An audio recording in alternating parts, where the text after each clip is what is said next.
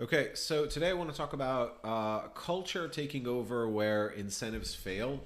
So, lessons from having over 30 team members and cold callers. So, we've grown quite a bit in the last few months. So, between the scraping team, the customer success team, the cold calling team, LinkedIn, cold email, when we have two businesses, obviously, and there's some overlap between the two. So we have an outreach agency, Mirraponte Marketing, that I run with my wife, which still gets a lot of referrals and inbound business primarily from these videos. And then I also have Manos Health, which is the healthcare and life sciences marketing and consulting firm that I have with my business partner Rashab and also my wife Liz. So between both of these companies, there's a lot of stuff going on, and we had a team meeting on Friday, and one of the callers said, I was training the cold callers, and they're like, if we structure the incentives this way,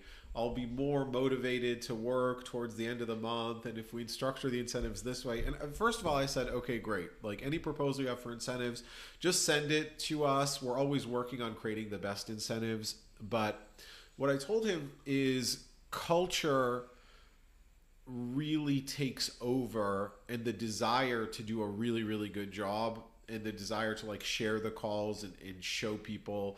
And I was like, the incentives are never going to be perfect because we have some clients where when they make a sale, maybe they make $3,000 or $5,000, and we have other clients where when they make a sale, maybe they make $500,000 or $5 million.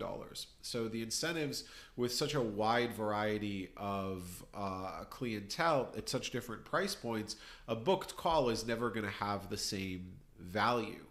And the incentives, no matter how hard you try, even if you tied it directly to revenue, the customers, like the client's not going to report everything. It's impossible to create perfect incentives. And I remember when my brother started working in SF in Silicon Valley, like in the before COVID days, he told me, he's like, listen, a lot of these engineers that are just out to become that are out to get $10 million by the time they're 30, or really are pushing for equity, is like what keeps those guys in line is this idea of having a culture of building something with a group of people that really cares about you and that you really care about. And he's like, I work for this company. I did a lot of work for them for free up front before they hired me. Everybody told me I was wasting my time.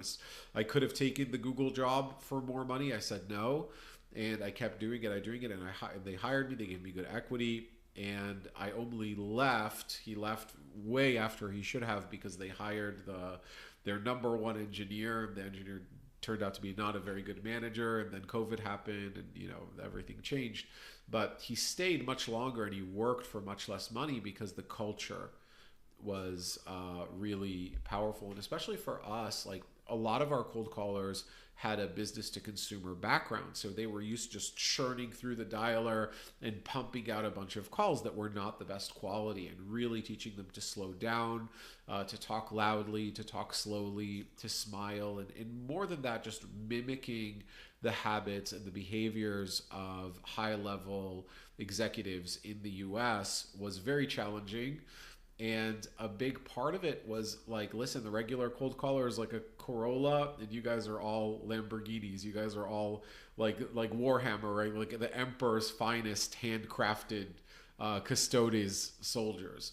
But developing that culture and really pushing them was rewarding for them, but also for me. It pulled stuff out of me. It pulled out a side of me that I don't think Liz has ever seen. Like back in the 80 hours a week sales business owner days, when I was doing when I was basically generating all of the revenue for the company, which was it's always fun to go back there.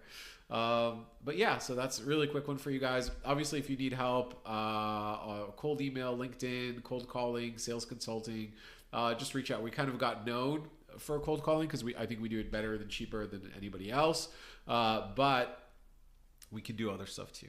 And we do. So have a great day. If you need anything, please reach out. I'll talk to you guys tomorrow.